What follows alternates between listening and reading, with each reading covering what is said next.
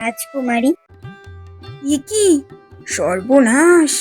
রাজকুমারী রাজকুমারী তো সেই কুৎসিত রাজকুমারীতে পরিণত হয়ে গেছে। রাজকুমারী রাজকুমারী সর্বনাশ হয়ে গেছে। আপনি তো আপনি তো কুৎসিত রাজকুমারীতে পরিণত হয়ে গেছেন। ওই হরিণীর অভিশাপ তো এবার ফলে গেছে রাজকুমারী। আপনি তো আপনি তো কি বললে? কি বললে? রুক্মিণী দাসী, সত্যি সত্যি আমার রূপ কুৎসিত রূপে পরিণত হয়েছে। এবার এবার আমি কি করব রুক্মিণী দাসী? এবার আমি কোথায় যাব? আমার এই কুৎসিত চেহারা নিয়ে আমি কোথায় যাব? এবার আমি কি করব? হরিণী হরিণীকে হরিণীকে আমি এটা করে একদম ঠিক করিনি।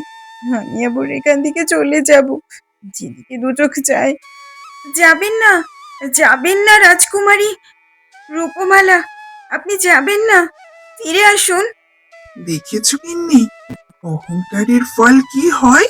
আমরা কখনো অহংকার করব না, বুঝেছো? ঠিক বলেছ, তার পাপের শাস্তি সে এখন ভোগ করবে। ইস, রাজকুমারী মণিমালা এটা একদম ভুল কাজ করেছে। এখন তাকে দেখতে কত বাজে দেখাচ্ছে। যাই যাই বাবা, মহারানীকে খবরটা গিয়ে দিই, না হলে তো আবার আমারই দোষ হবে। রাজকুমারী রূপমালা সেখান থেকে চলে যাওয়ার পর দাসী রুক্মিণীও রাজমহলের উদ্দেশ্যে বেরিয়ে পড়ে। রাজকুমারী রূপমালা কাঁদতে কাঁদতে রাজমহলে ফিরে আসে।